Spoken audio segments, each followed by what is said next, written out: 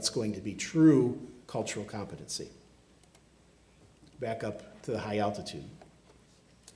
Notice what's in red in this previous slide, and that suggests something very important about the next topic, okay? This idea of the religious versus the secular as a firm divide, or as a chasm. Again, we're suggesting that a better way for bioethics to think about these concepts is that both terms are contested and constantly in flux. Many beliefs and activities that seem to be one or the other turn out on deeper inquiry to be hybrids.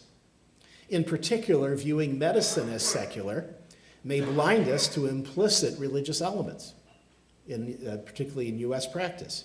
So one of the things that Arlene studied in her work in Canada, how often are miracle metaphors used in medical discourse, particularly in the area of organ transplant? Why?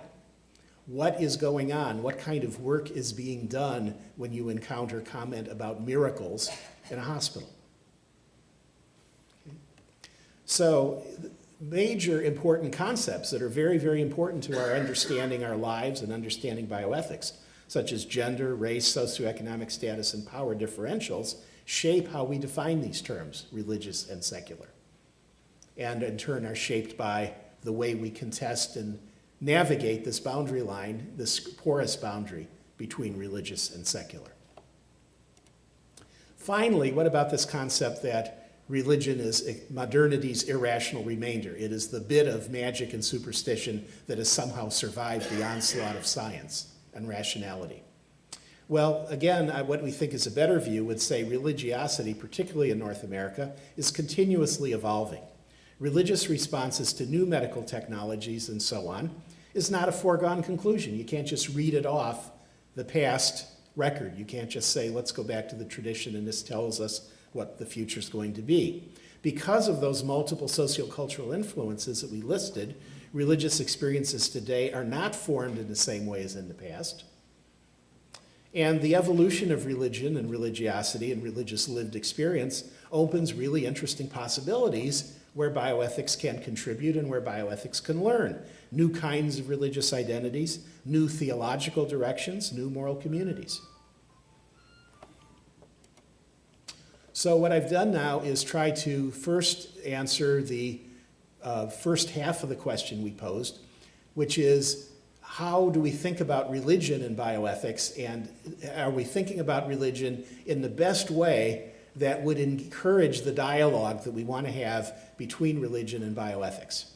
So what I'm now going to do is turn to the next question that we posed at the beginning, the next sub-question, which is how should we view the role of religion in a diverse democratic society, which I'm going to assume is what the US is and in fact aspires to be.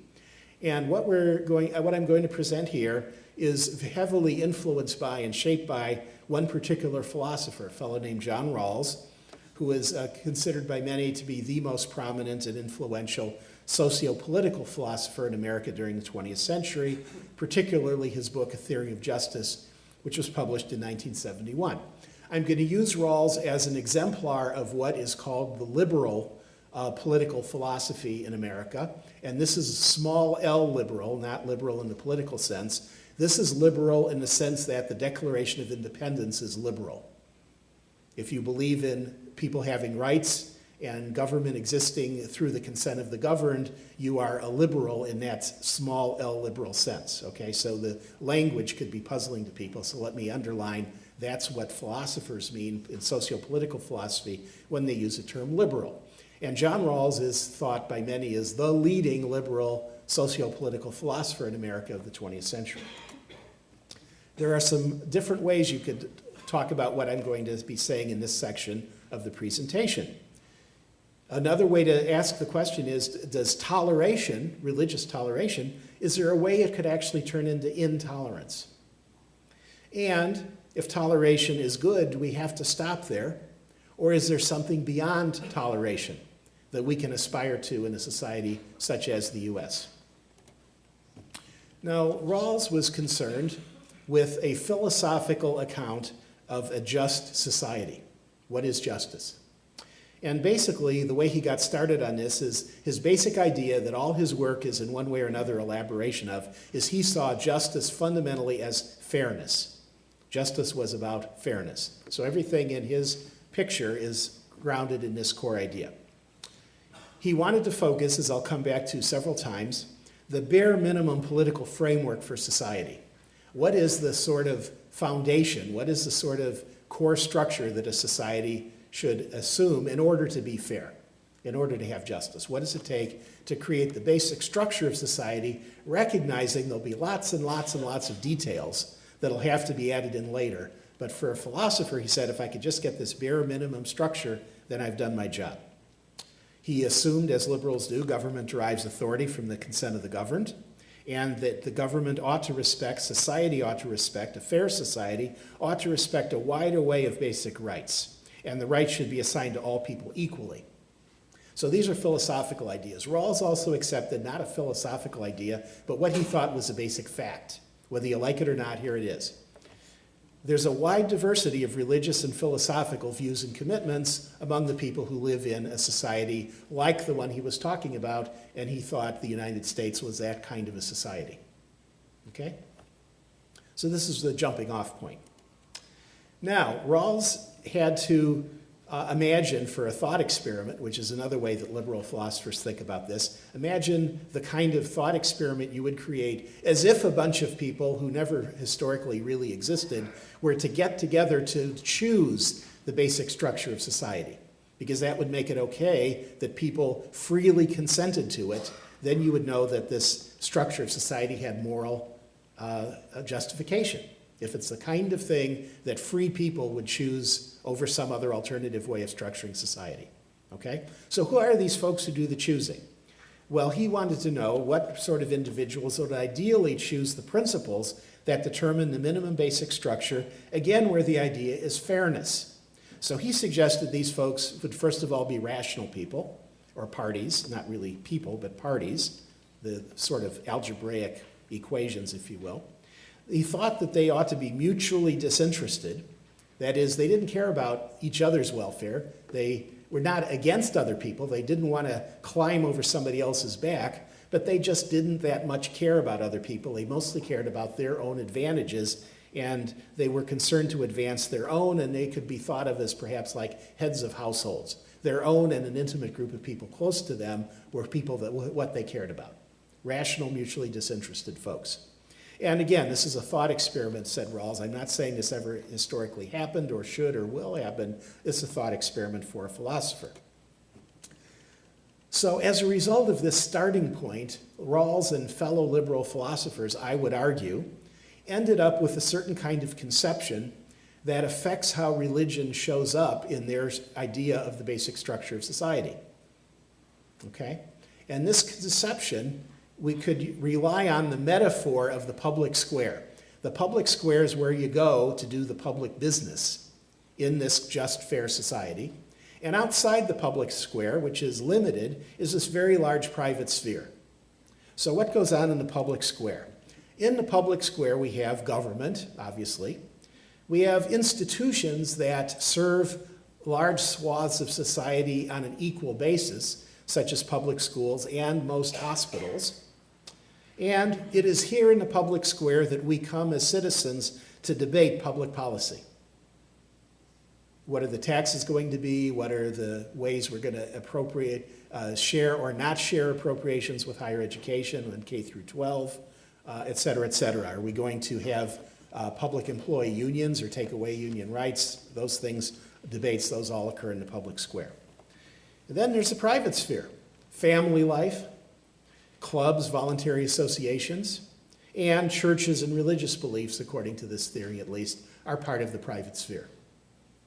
Okay, so this basic picture, I think, is implicit in a lot of the arguments made by Rawls and his colleagues.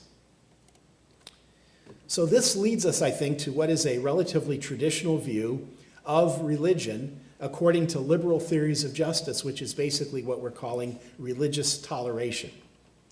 According to this view, religion and religious discourse, as we said, belong in the private sphere. Government cannot interfere with religious beliefs.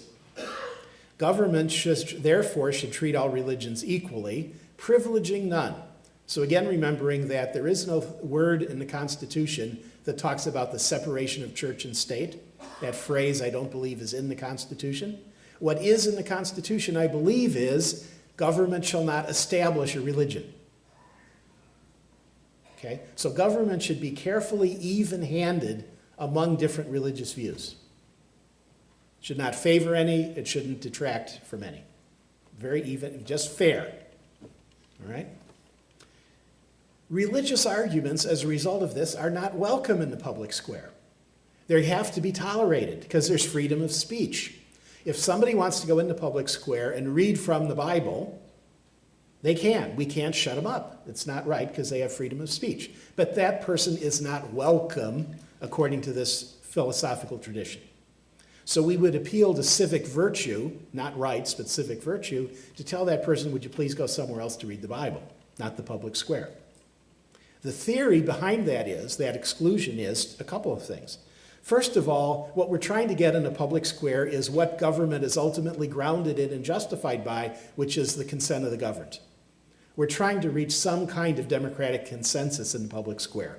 If each person can spout off their own personal religious views, which in this society are differ among people, that's going to be divisive. It's not going to be unifying, says this tradition.